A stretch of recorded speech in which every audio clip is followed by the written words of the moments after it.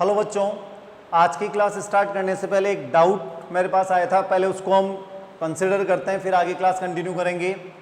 DPP 03 जो आपको मिली थी इलेक्ट्रॉनिक कॉन्फ़िगरेशन की, उसमें क्वेश्चन नंबर 12 में कुछ स्टूडेंट्स को डाउट है।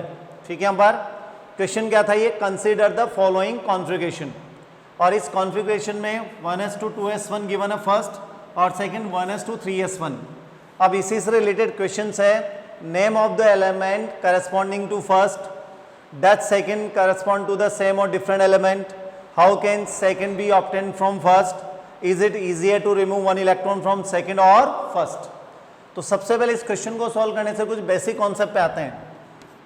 हाइड्रोजन का जैसे इलेक्ट्रॉनिक कॉन्फ़िगरेशन क्या है 1s1, तो जो हम इलेक्ट्रॉनिक कॉन्फ़िगरेशन हम स्टडी करते हैं वो किस में होता है, ग्राउंड स्टेट। ये सब आप एटॉमिक स्ट्रक्चर में स्टडी करेंगे, ठीक है।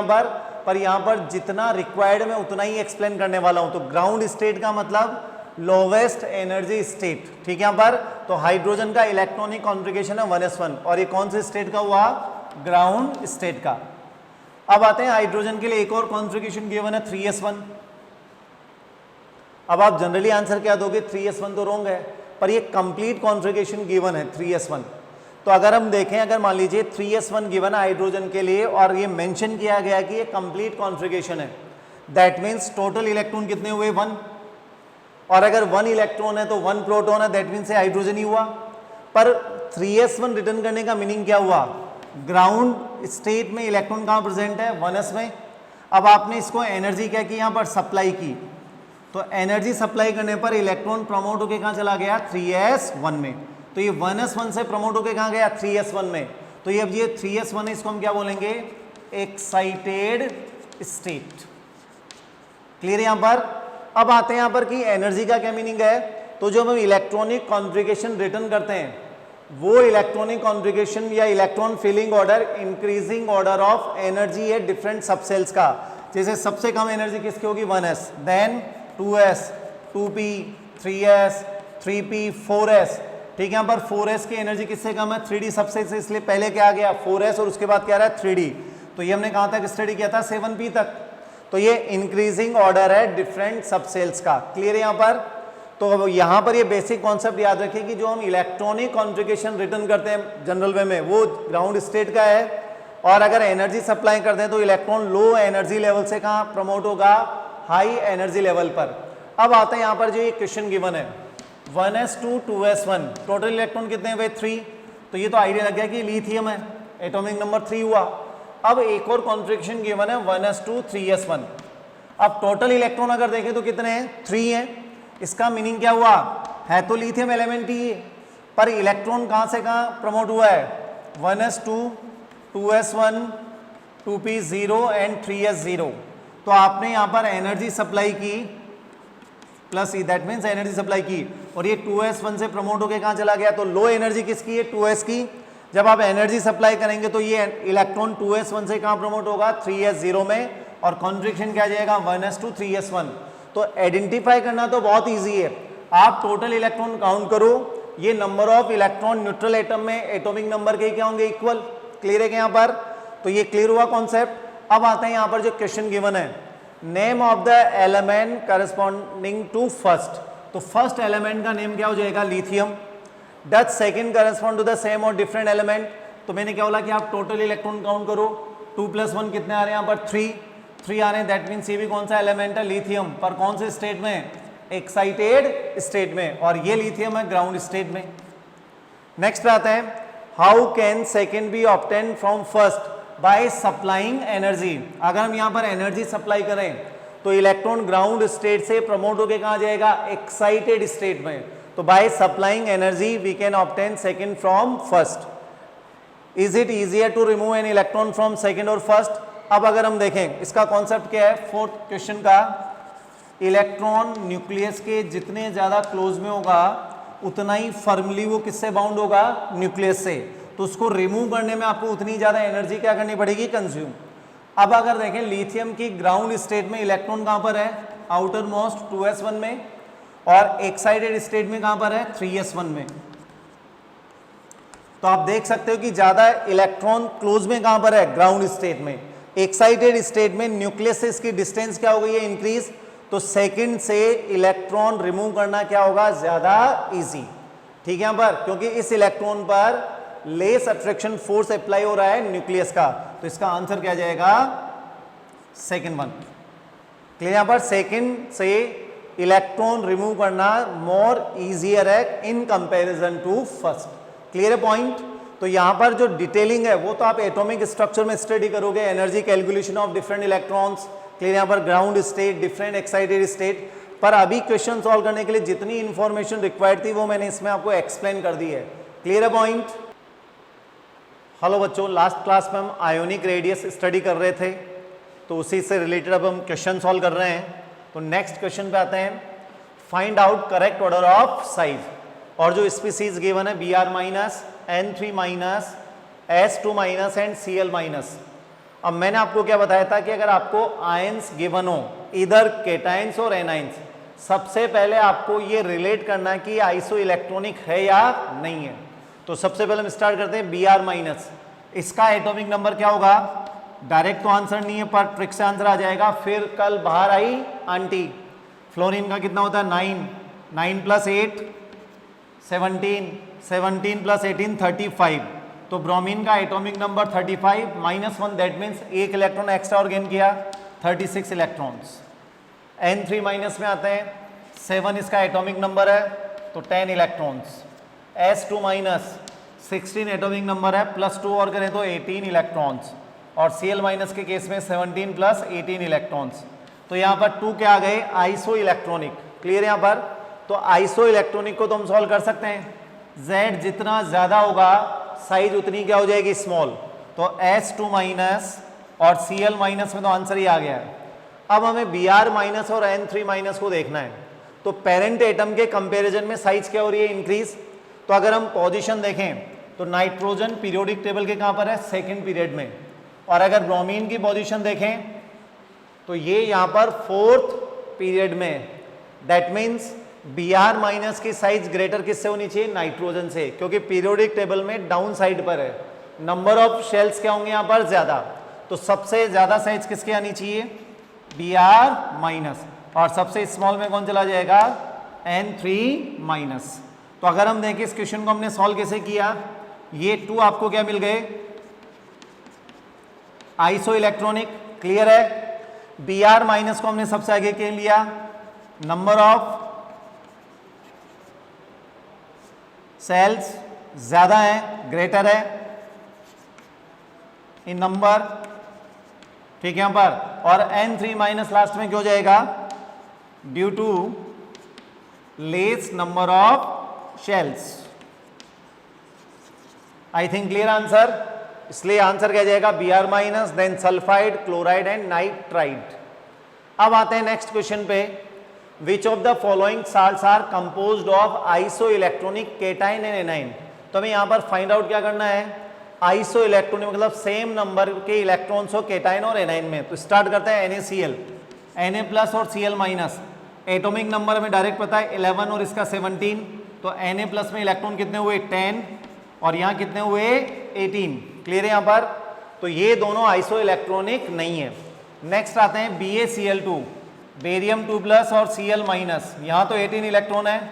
अब हमें बेरियम का पता करना है, तो कैसे पता करोगे, बेटा मांगे कन्या सुंदर बाप राजी, 4 और 8 12, 12 और 8 20, 18 ऐड करने पर 38, और फिर अगर हम 18 ऐड करें तो 56, -2 करने पर कितना हो जाएगा, 54 इलेक्ट्रॉन्स।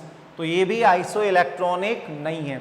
नेक्स्ट आते हैं Mg2 प्लस और F माइनस, 12 - 2 10 इलेक्ट्रॉन्स, 9 + 1 10 इलेक्ट्रॉन्स, तो दोनों में 10 इलेक्ट्रॉन्स हैं। दैट मीन्स यहाँ पर केटाइन और एनाइन दोनों क्या हुए, आइसो इलेक्ट्रॉनिक। Cas पे आते हैं, Ca2 प्लस और S2 माइनस, इसका एटॉमिक नंबर 20 है, -2 करें 18 इलेक्ट्रॉन्स, और 16 इसका एटॉमिक नंबर है, +2 करो 18 इलेक्ट्रॉन्स। तो यहाँ भी केटाइन और एनाइन में सेम इलेक्ट्रॉन प्रेजेंट है, दैट मीन्स आइसो इलेक्ट्रॉनिक है। तो इस क्वेश्चन का जो आंसर होगा वो होगा 3rd and 4th। Clear point. अब आते हैं नेक्स्ट क्वेश्चन पे, if the ionic radius of K+ and F- are nearly same, तो K+ और F माइनस की आयोनिक रेडियस ये क्या बोल रहा है, ऑलमोस्ट सिमिलर है, और वैल्यू क्या गिवन है 1.34 angstrom. Then atomic radius of K and F are respectively. अब हमें यहाँ पर जो ऑप्शंस गिवन है उनमें फाइंड आउट करना है। तो ये तो क्लियर है कि हमें मैथमेटिकल वैल्यूज तो याद होगी नहीं, फिर ये हम क्वेश्चन सोल्व कैसे करेंगे। तो सबसे पहले आते हैं यहाँ पर कि K प्लस फॉर्म किससे हुआ है, K से, और कैसे फॉर्म होगा, बाय लूज ऑफ इलेक्ट्रॉन। तो पोटेशियम ने 1 इलेक्ट्रॉन लूज किया और K प्लस फॉर्म हुआ। अब इसकी रेडियस अगर 1.34 है तो K की रेडियस क्या होगी। अब हमें केवल इतना देखना है, ग्रेटर देन 1.34 या लेस देन। तो अगर ये 1.34 है तो इससे तो ज्यादा ही होगी, क्योंकि K से K प्लस के बनने में साइज क्या हो रही है, डिक्रीज। तो हम R के लिए आंसर क्या दे सकते हैं, ग्रेटर देन 1.34 एंगस्ट्रॉम। वैल्यू क्या है वो हमें पता नहीं है, हमें केवल इतना पता कि जो भी पोटेशियम की R होगी वो 1.34 एंगस्ट्रॉम से ग्रेटर होगी। F माइनस के केस में आते हैं, F माइनस किससे बना, F से 1 इलेक्ट्रॉन गेन करने पर, इलेक्ट्रॉन गेन करने पर बना। तो F से F माइनस के जाने पर साइज क्या हो रही है, इंक्रीज। तो F की जो रेडियस होगी वो क्या होगी, लेस देन 1.34 एंगस्ट्रॉम। क्लियर हो गया यहाँ पर। तो हमारे पास जो आंसर आ रहा है वो क्या आ रहा है, K की रेडियस 1.34 से ग्रेटर होगी और F की रेडियस 1.34 से लेस होगी।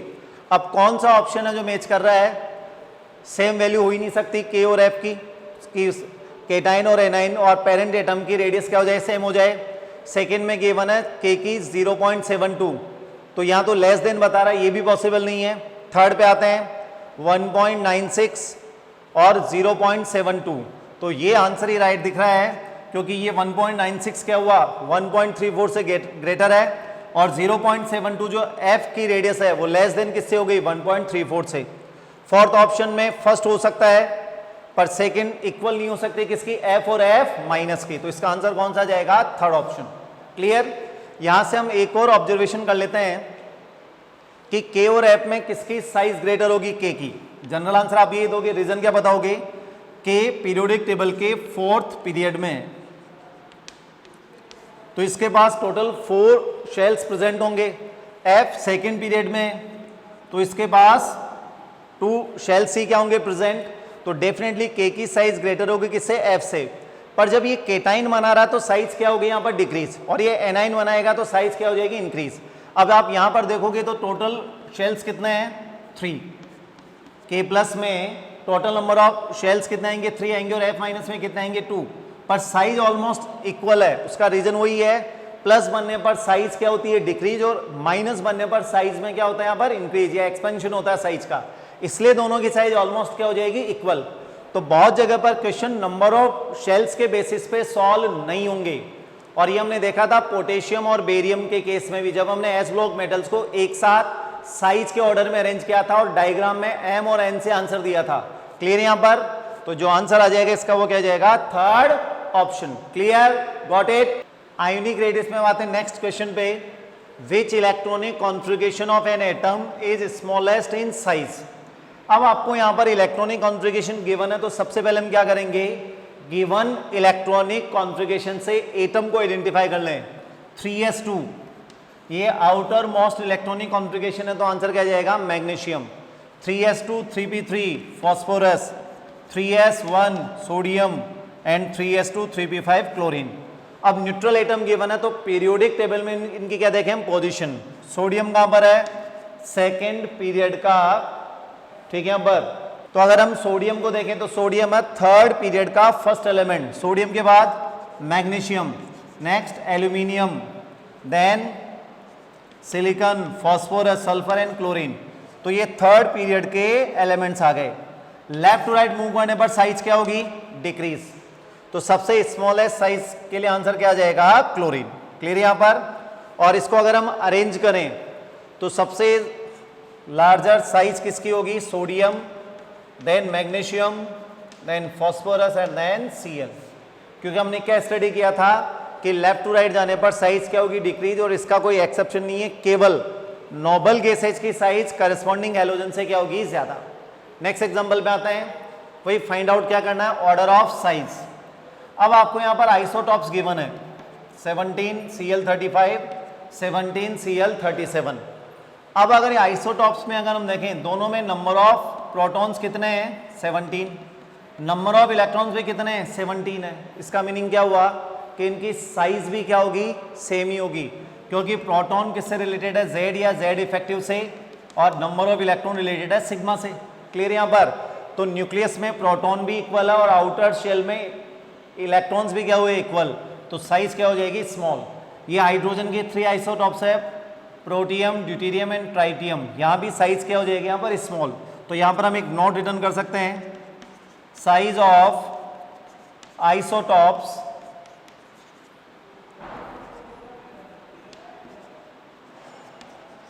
Are similar due to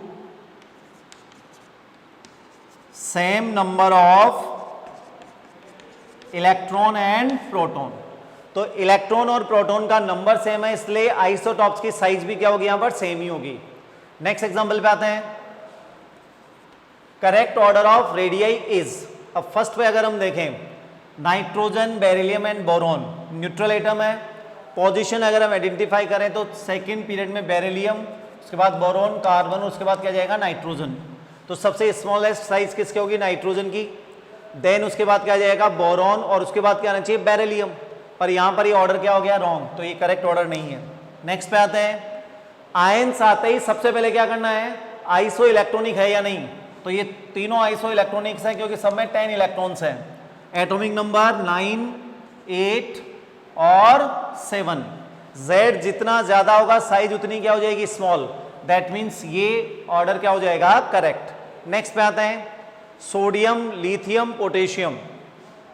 periodic table में पोजीशन देखें तो lithium, then sodium and then potassium. सबसे लार्ज साइज पोटेशियम की होगी और सबसे मिनिमम लिथियम, तो ये ऑर्डर भी क्या हो जाएगा, रॉन्ग। नेक्स्ट पे आते हैं, ये ऑर्डर रॉन्ग दिख ही रहा है, क्योंकि Fe4+ की साइज सबसे स्मॉल होगी और Fe2+ की लार्जेस्ट, तो ये ऑर्डर भी क्या हो जाएगा, wrong. So answer is second. Next पे आते हैं, करेक्ट ऑर्डर ऑफ साइज। अब आपको यहां पर कैटाइंस और एनाइंस गिवन है। जैसे ही आयंस आए, सबसे पहले आइसो इलेक्ट्रॉनिक रिलेशन देखें, 10 इलेक्ट्रॉन्स, बोरॉन में 2 इलेक्ट्रॉन्स, लिथियम में भी 2 इलेक्ट्रॉन्स और 10 इलेक्ट्रॉन्स। तो O2- और F- तो डायरेक्ट सॉल्व हो जाएंगे। कितने एटॉमिक नंबर है, 8 और 9, तो साइज ग्रेटर किसके होगी, O2-। अब आते हैं boron 3+ and lithium plus. Boron का एटॉमिक नंबर 5 और लिथियम का 3, किसकी साइज ग्रेटर होगी, लिथियम प्लस की। क्लियर? अब अगर हम देखें एनाइन की साइज, क्योंकि सेम पीरियड्स को ही बिलोंग कर रहे हैं, तो एनाइन की साइज ग्रेटर किससे होगी, ठीक है, यहाँ पर केटाइन से। अब यहाँ पर कोई कंफ्यूजन नहीं आना चाहिए यहाँ पर ये कि हम इनको न्यूट्रल एटम मान के देखें कि लेफ्ट टू राइट जाने पर साइज क्या होती है, डिक्रीज। ये न्यूट्रल एटम नहीं है, केटाइन और एनाइन है, तो यहाँ पर और सेम पीरियड के हैं, सेकेंड पीरियड के एलिमेंट से ही है, इसलिए एनाइन की साइज ग्रेटर होगी किससे, केटाइन से। तो सबसे आगे O2-, then F-, then lithium plus, और सबसे लास्ट में बोरॉन 3+। क्लियर यहाँ पर? तो आइसो इलेक्ट्रॉनिक कॉन्सेप्ट से भी सॉल्व किया और सेम पीरियड के थे, तो एनाइंस और केटाइंस को देखते हुए सॉल्व किया कि एनाइंस की साइज ग्रेटर होगी केटाइन से। क्लियर? स्टार्ट। नेक्स्ट क्वेश्चन पे आते हैं, find out correct order of size. यहां पर आपको केटाइंस गिवन है, अगर आयंस आ रहे हैं तो सबसे पहले हम क्या करेंगे, आइसो इलेक्ट्रॉनिक रिलेशन। K+ में इलेक्ट्रॉन 18, लिथियम प्लस में 2, Mg2+ में 10 और एल्यूमिनियम 3+ में भी 10। तो ये 2 क्या हो गया, आइसो इलेक्ट्रॉनिक। Mg का एटॉमिक नंबर 12 और इसका 13, तो ग्रेटर साइज किसकी होगी, Mg2+ की। अब रिमेनिंग को देखते हैं, तो अगर हम पीरियोडिक टेबल देखें तो लिथियम ग्रुप फर्स्ट में है, उसके बाद सोडियम, देन पोटेशियम। Na के राइट साइड क्या जाएगा, मैग्नीशियम एंड एल्यूमिनियम। तो K+ कहाँ पर आ रहा है, फोर्थ पीरियड में, ये थर्ड में और ये सेकंड में। तो सबसे ज्यादा साइज किसकी होगी, K+ की होनी चाहिए, क्योंकि यहाँ वैसे भी 2 और 3 इलेक्ट्रॉन लूज किए इन्होंने, यहाँ पर ओनली 1 इलेक्ट्रॉन लूज कर रहा है पोटेशियम। तो हाईएस्ट साइज पोजीशन बेसिस पे आंसर दे रहे हैं यहाँ पर, किसकी हुई, K+। अब अगर हम लिथियम को कंपेयर करें, लिथियम प्लस को किससे, Mg2+ से, तो सबसे पहले आते हैं कि लिथियम प्लस का इलेक्ट्रॉनिक कॉन्फ़िगरेशन क्या हो जाएगा, 1s2। दैट मीन्स इसमें 1 शेल क्या होगी, प्रेजेंट। और अगर हम Mg2+ को कंपेयर करें तो Mg2+ का electronic configuration 2s2 and 2p6। तो यहां पर नंबर ऑफ शेल्स कितने हो जाएंगे 2। तो आपको ऐसा आइडिया लग रहा होगा कि Mg2+ की साइज किससे ग्रेटर है, लिथियम प्लस से। पर यहां पर देखो चार्ज कितना है, यहां पर 1+, नंबर ऑफ शेल्स भी कितने हैं 1। Mg में अगर देखें तो चार्ज कितना हुआ 2+, और नंबर ऑफ शेल्स भी कितने हुए यहां पर 2+। क्लियर यहां पर। तो साइज इनकी ऑलमोस्ट क्या होती है, यहां पर इक्वल ही होती है, पर लिथियम प्लस की साइज स्लाइटली ग्रेटर होती है किससे, Mg2+ से। क्लियर यहां पर। ये जो हमने रिटर्न किया ना कि चार्ज कितना लिथियम पे 1, नंबर ऑफ शेल भी 1 है, Mg2+ में चार्ज 2+, और नंबर ऑफ शेल्स भी कितने हुए 2 हुए। ठीक है यहां पर। तो यहां से अगर हम कंपेयर करें चार्ज और नंबर ऑफ शेल्स को देखते हुए, तो साइज इनकी ऑलमोस्ट क्या आ रही है, इक्वल, और ऑलमोस्ट इक्वल होती भी है। केवल अगर मैथमेटिकल वैल्यूज को देखें तो लिथियम प्लस की साइज स्लाइटली ग्रेटर होती है किससे, Mg2+ से। तो सेकंड नंबर पे कौन आ जाएगा, lithium plus, then Mg2+, and then aluminium 3+। Clear यहां पर। एल्यूमिनियम 3+ तो सबसे लास्ट में चला जाएगा, लिथियम प्लस से भी बाद में। और उसका रीजन क्या है कि नंबर ऑफ शेल्स तो एल्यूमिनियम 3+ में 2 होंगे, पर चार्ज कितना होगा 3+। तो ज्यादा क्या होगा, कॉन्ट्रैक्शन। ज्यादा कॉन्ट्रैक्शन होगा तो साइज क्या हो जाएगी, बहुत ज्यादा स्मॉल। क्लियर है पॉइंट। तो अगर हम मैथमेटिकल वैल्यूज को देखें, लिथियम प्लस की साइज होती है 73 पिकोमीटर, Mg2+ के लिए 71। तो ऑलमोस्ट साइज अगर कहीं पर इक्वल भी गिवन हो, अप्रोक्सीमेटली इक्वल, तो भी वो राइट आंसर है। ग्रेटर देन लिथियम प्लस की तो यहाँ पर अप्रोक्सीमेटली इक्वल अगर कहीं गिवन हो वो भी राइट है। और एल्यूमिनियम 3+ के लिए 58 पिकोमीटर। क्लियर। K+ की साइज क्या हो जाएगी, सबसे लार्ज, उसमें कोई डाउट ही नहीं है। नेक्स्ट पे आते हैं। अब आपको यहाँ पर कुछ स्पीसीज को आइडेंटिफाई करना है। ये वही आपके लिए होमवर्क है। स्मॉलेस्ट मोनो एटॉमिक एनाइन कौन सा है, पीरियोडिक टेबल में एनाइन होना चाहिए और mono atomic. Largest mono atomic anion, फिर largest mono atomic cation, and smallest mono atomic cation. तो आपको इन 4 स्पीसीज को आइडेंटिफाई करना है पीरियोडिक टेबल से। Clear point. अब हम आते हैं एटॉमिक साइज और रेडियस एंड डी ब्लॉक। तो अभी तक हमने एस और पी ब्लॉक में आर के अंदर क्या देखा था, वेरिएशंस कि ग्रुप में क्या होगा या पीरियड में क्या होगा। अब आते हैं यहाँ पर डी ब्लॉक एलिमेंट्स में। अगर हम आर के वेरिएशन को स्टडी करें तो सबसे पहले आते हैं वेरिएशन इन अ पीरियड। तो हम किसी भी सीरीज, क्योंकि यहाँ पर हमने एलिमेंट्स को क्या नेम दिया था, यहाँ पर जो उनका ग्रुप है 3D series, 4D series, 5D series या 6D सीरीज। तो अगर फर्स्ट ट्रांजिशन सीरीज या 3D सीरीज को हम स्टडी करें फ्रॉम स्कैंडियम टू जिंक, तो आर में क्या वेरिएशन आ रहा है। अगर हम वही मैथमेटिकल वैल्यूज को देखें, मैथमेटिकल वैल्यूज से आपके पास आंसर क्या है कि इनिशियली बिगनिंग में सीरीज में आर क्या होगा, डिक्रीज। क्रोमियम के बाद मिड एलिमेंट्स में आर ऑलमोस्ट क्या है, कांस्टेंट। और अगर हम लास्ट में जाएं तो and of the series copper से जिंक में जाने पर आर क्या हो रहा है, यहां पर इंक्रीज। क्लियर यहां पर। तो क्या वेरिएशन आया, initially r decreases, in mid elements r remains almost constant, and end of the series r increases. जो रीजन है क्योंकि साइज मेनली 2 फैक्टर से इफेक्ट होता है, Z effective and shielding effect. तो इनिशियली क्या होगा, जेड इफेक्टिव ग्रेटर होगा सिग्मा से। तो अगर जेड इफेक्टिव ज्यादा होगा तो साइज में कॉन्ट्रैक्शन होगा, क्योंकि आउटर इलेक्ट्रॉन पे ज्यादा अट्रैक्शन फोर्स क्या होगा, अप्लाई। अब आते हैं इसका रीजन क्या है। In the beginning r decreases with increase in atomic number as Z increases, whereas the shielding effect of d electron is small. क्योंकि यहाँ पर जो हम इलेक्ट्रॉन एंटर कर रहे हैं वो कौन सा एंटर कर रहे हैं, 3D सीरीज है। 3D 1 से लेके 3D 10 तक हमें फिल करने हैं इलेक्ट्रॉन्स। तो जो हम डी इलेक्ट्रॉन यहाँ पर एंटर कर रहे हैं उसका शिल्डिंग इफेक्ट क्या होगा, पुअर होगा। तो जेड इफेक्ट क्या होता है, Z minus sigma, sigma poor होगा तो जेड इफेक्टिव क्या हो जाएगा, इंक्रीज। क्लियर यहाँ पर। So net Z effective increases and contraction in size occurs, इसलिए साइज में क्या होगा यहाँ पर, डिक्रीज। अब आते हैं यहाँ पर मिड एलिमेंट्स में क्या होगा, जेड इफेक्टिव और सिग्मा ऑलमोस्ट क्या हो जाएंगे यहाँ पर, इक्वल। तो ये एक दूसरे को क्या कर देंगे, काउंटर बैलेंस। जब काउंटर बैलेंस कर देंगे तो क्या होगा, यहां पर साइज ऑलमोस्ट क्या हो जाएगी, कांस्टेंट। और उसका रीजन क्या है, क्योंकि जब हम डी इलेक्ट्रॉन्स की फिलिंग स्टार्ट करते हैं तो मिड एलिमेंट्स में 5 से लेके 8 या 9 तक हम इलेक्ट्रॉन क्या कर रहे हैं, फिल कर रहे हैं। किसमें? सेम ऑर्बिटल में। क्लियर यहां पर? तो जब सेम ऑर्बिटल में इलेक्ट्रॉन एंटर होंगे तो सिग्मा क्या होगा, यहां पर इंक्रीज होगा। तो मिड एलिमेंट्स के लिए क्या आंसर आएगा, साइज कांस्टेंट होने का। In mid elements r remains almost constant because with increase in d electrons, क्योंकि आप यहां पर डी इलेक्ट्रॉन क्या कर रहे हैं, हम इंक्रीज कर रहे हैं। 1 से स्टार्ट किया था और मिड एलिमेंट्स में 5, 6, 7 या 8 तक आ गए हैं। इन mid elements sigma also increases. Clear यहां पर? तो जैसे जैसे डी इलेक्ट्रॉन्स इंक्रीज होंगे डी ऑर्बिटल्स में, सिग्मा भी क्या होगा, इंक्रीज, विच काउंटर बैलेंसेज जेड। तो ये जब जेड को बैलेंस कर देगा, क्लियर यहां पर, तो साइज भी ऑलमोस्ट क्या हो जाएगी, कांस्टेंट। अब आते हैं एंड ऑफ द सीरीज, क्या हो रहा है, साइज क्या होगी यहां पर, इंक्रीज। और उसका रीजन क्या है, अब सिग्मा की वैल्यू जेड इफेक्टिव से क्या होगी, ज्यादा।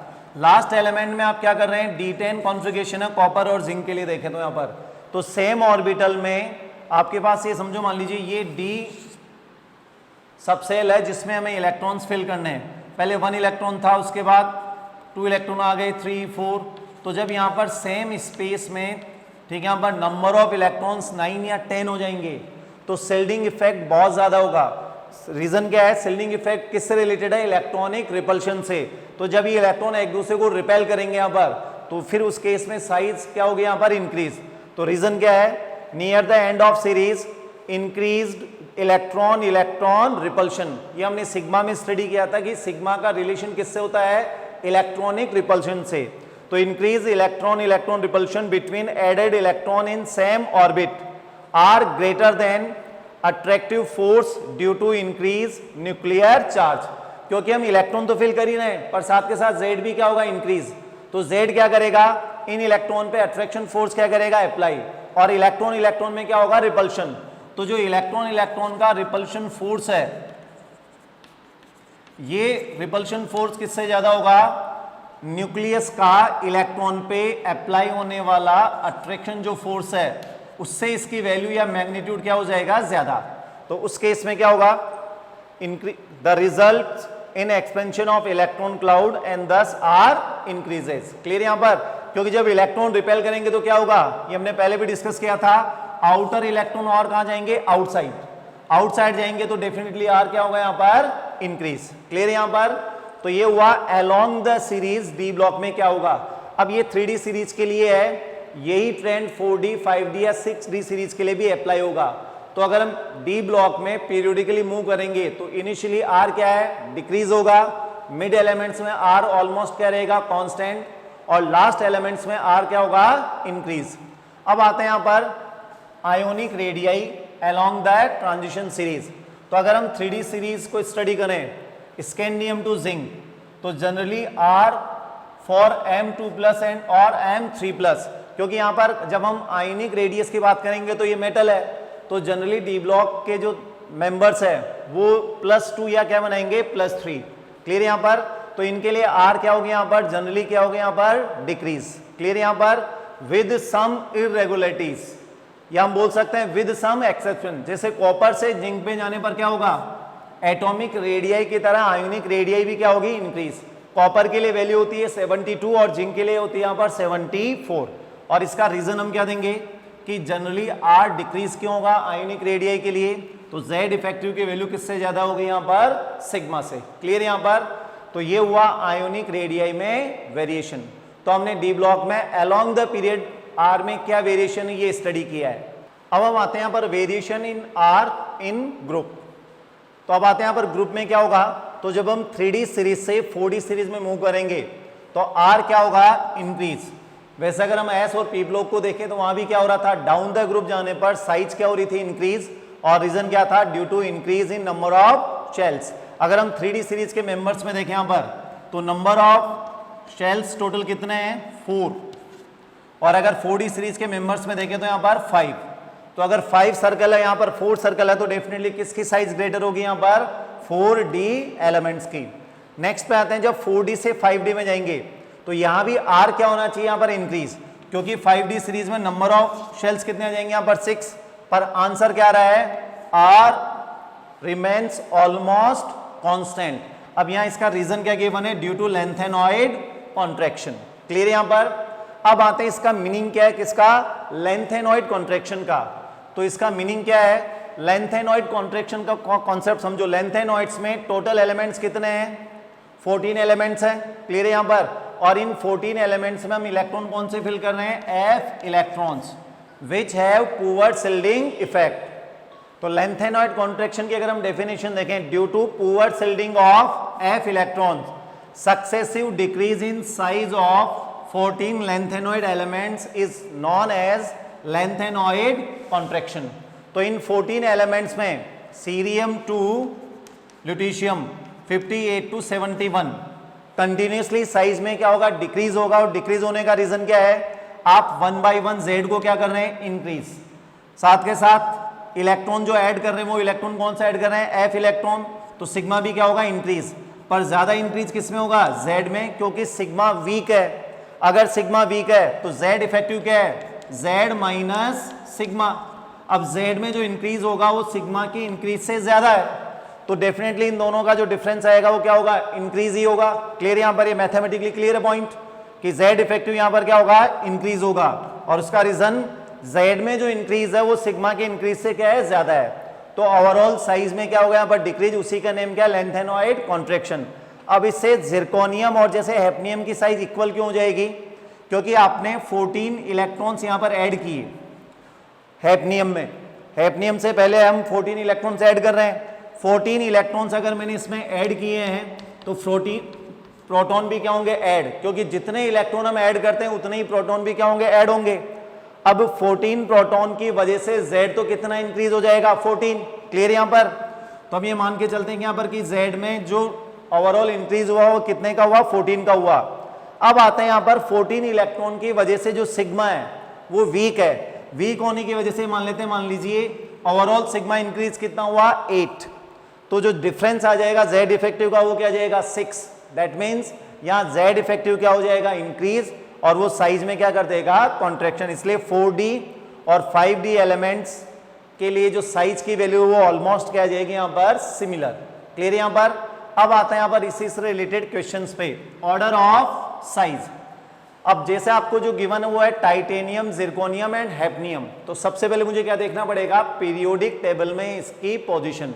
तो सचिन तेंदुलकर, टाइटेनियम यहां पर है, यारी जरा और ला हाफ टमाटर।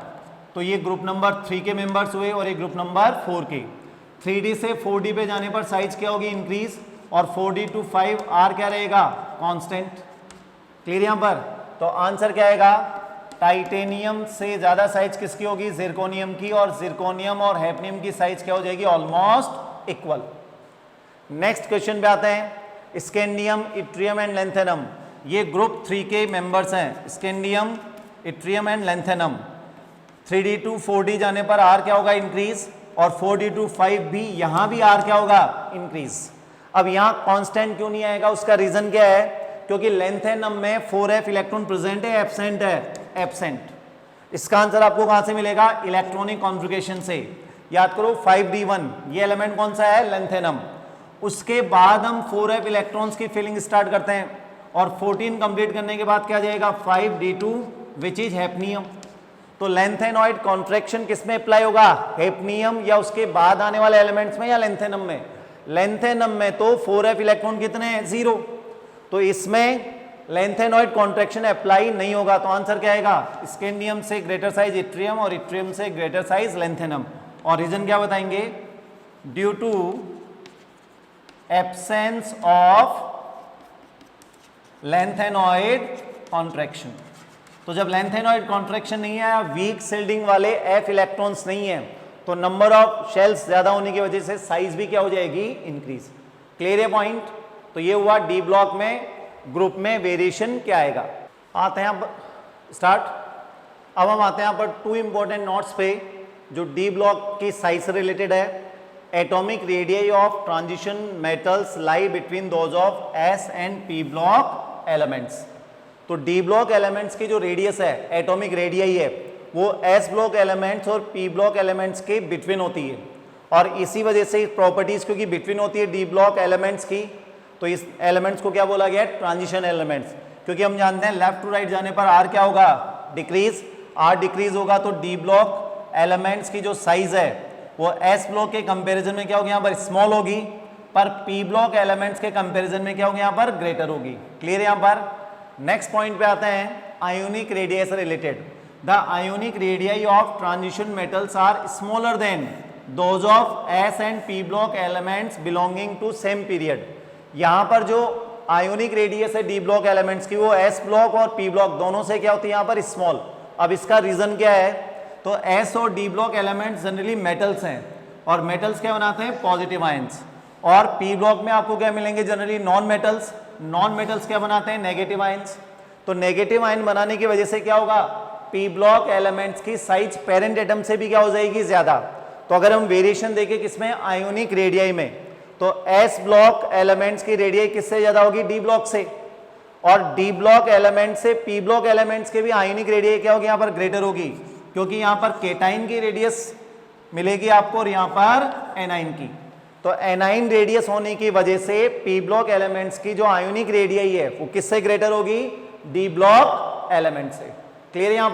यहाँ पर वो रूल अप्लाई नहीं होगा कि लेफ्ट टू राइट जाने पर आर क्या होगा? डिक्रीज। जब हम बोलते हैं कि लेफ्ट टू राइट जाने पर आर डिक्रीज होगा तो वो न्यूट्रल फॉर्म में एटॉमिक रेडियाई की बात करते हैं। जब हम आयोनिक रेडियाई की बात कर रहे हैं दैट मीन्स या तो प्लस फॉर्म हो रहा है या माइनस। तो पी ब्लॉक एलिमेंट्स में माइनस फॉर्म होने की वजह से साइज किससे ग्रेटर हो गई? डी ब्लॉक एलिमेंट से। क्लियर है पॉइंट?